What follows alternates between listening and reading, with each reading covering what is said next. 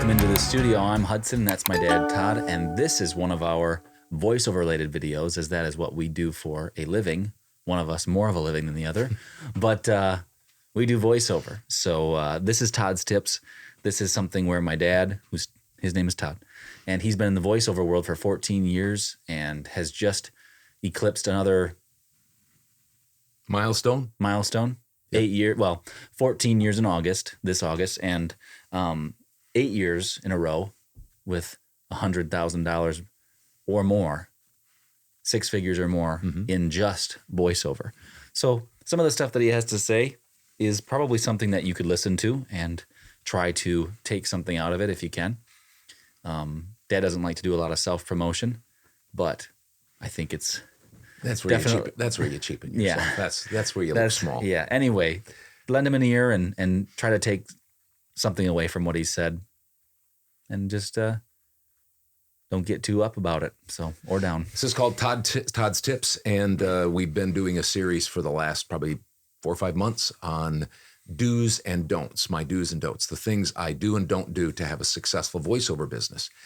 And we always provide these caveats. I said right from the beginning we were going to do that, and all they are is just an opportunity for you to take a deep breath and say, okay, he's not telling me you have to do this, or you are selfish, or you're a bad person, or you're ruining the industry, or you're a chucklehead, or whatever you want to call yourself. Or if you don't do it, you're not going to have a successful business. Yeah, correct. Right. There are other ways to have a successful business. What I'd like you to do is I'd like you to just take a little time to think about what I say, just evaluate it, and don't just quickly, nope, that's not right. I don't think that way.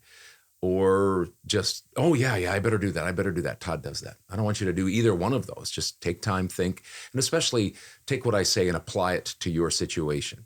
I think a lot of the things can be applied. So today, here we go again. I do have questions about the state of voiceover coaching. I do have questions about the state of voiceover coaching. I can hear somebody say, Todd, there he goes again, harping on VO coaches. Can't he say something positive? Can he say something nice? Okay, I'll give it my best shot here to start out saying something nice. I don't know every voiceover coach, obviously. Yours might be just fine, okay? I have one coach that I've relied on and watched and applied a lot of the things that he talks about, and I have confidence in him. Why? One of the biggest reasons I have confidence in him was for many months and even years on his videos, free YouTube videos, he would give what he made each week. And so I said, oh, he's making $100,000 his first year. He's making multiple 6 figures. He's making in 2018 or 19, $350,000 in voiceover, and he's also coaching. And so he's giving me numbers, he's being transparent, and he's helping me be successful. He's doing something make right. Money. Yeah. He's doing something right. Yeah. So my point being is there are probably good voiceover coaches out there. Maybe you've got one, but listen. Honestly, when I began this series on do's and don'ts, I never intended to talk about voiceover coaching. You might find that hard to believe. It just happened. I don't know what to do. I don't feel that it's my fault that I'm seeing what I'm seeing in the VO industry. So many coaches, so much helpful information, so many masterclasses and VO academies and Facebook groups and conferences to help you grow and have a successful voiceover career and business. So much activity, yet so little success.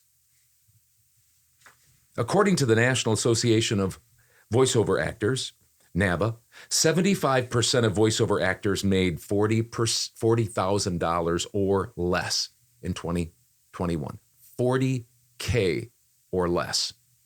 That's 3/4 of the voiceover talent surveyed made $40,000 or less in voiceover. Take a step back for a moment and just ponder that. Just ponder it. 75% of the voiceovers people surveyed make $40,000 or less per year. In the last 14 years since I began my VO career, there has been an explosion of voiceover coaches and coaching material. There just wasn't that much out there when I started 14 years ago. There is an explosion of voiceover coaches and coaching material. Never in the history of VO have we had more people trying to help us than we do now. Yet, we have such a pitiful success rate. It's embarrassing and appalling. But instead of taking a good hard look in the mirror, most voiceover coaches that I watch blame everything and everyone else. Low ballers on Fiverr and Upwork are selfishly killing the industry, they blame. Pay-to-plays are a terrible blight on the VO industry. Untrained newbies are flooding the industry and pulling down its professionalism. AI is stealing lots of work. VO talent, they aren't following the VO coaches and industry leaders who they should trust and respect closely enough. That's the problem. That's the problem. That's the problem. That's everybody else's problem. It's everything and everyone else's fault, but the VO coaches themselves. But how much have these VO coaches really made in voiceover recently? Nobody knows because nobody asks. Is it possible that 75% of VO talent make $40,000 a year or less because most VO coaches don't make much more than that themselves, or at least recently haven't made that much? Unless, of course, you count their coaching, their demo production, their books, their conference speaking income, all of that. I wonder if the VO world is like a dog chasing its tail. That is, being very, very, very busy. Our dog chases his tail sometimes. Very busy, exercising, doing, but in fact, achieving very little. Round and round and round we go. Where we stop, nobody knows. By the way, just one other thing to think about. Who is running the voiceover industry? Who are the bigwigs? Who are the movers and shakers? Why aren't they doing something about this pitiful state of the voiceover world if they have all the answers? Maybe instead of getting the tweezers out to try and pluck the speck out of everybody else's eye, maybe they ought to take a log out of their own. Again, if your coach has made you successful, great. If he or she has helped you make lots and lots of money, super. Like me, grab a coach that you can listen to or even pay if you want to do that and apply their principles and see if they make money and then just stick with that person. Why chase a bunch of coaches around if you have a successful coach that's helping you make lots of money? Isn't that why you're in the VO business, to turn a profit? But if you are one of the 75% making $40,000 or less, put your big boy pants on and ask your coach what he or she makes recently in voiceover. What do you think? I think that's very fair. We've talked about it in the past. That's depending on who your coach is or who you decide to listen to, that's your whole career path. That's what equipment you use. That's what kind of platforms, how you set your rates. It's your whole business strategy. And if they're making $40,000 or less and they're coaching you how to make $40,000 or less. It just makes sense. I say this all the time. It's one of the reasons that I hesitate to pull the trigger on getting into coaching because I'm just one person and a very, very small fish in a huge pond, a huge ocean of voiceover and voiceover coaches. But it at least gives me the transparency sometimes to say, I'm not taking a cent from this. So all I'm doing is I'm looking at it from just observing. I'm just observing. Yeah. I'm not one of the coaches. I'm not putting down other coaches. I'm not I'm not got a big log in my own eyes as a coach and I'm blaming everybody else and saying everybody else is bad. Or in some ways, worse yet, saying, oh, this coach is super great. This coach is every coach is really out there. I like how your coaching works. Yeah, most coaches are just out there to help you. Maybe. I don't know every coach. They're also trying to make money, which is part of the deal. Of course you want to make money, but you don't remember that. Yeah, exactly. Because if they're making $40,000 or less a year, which I'm not saying they are, but if they're making that much, they're probably looking for other ways to make money.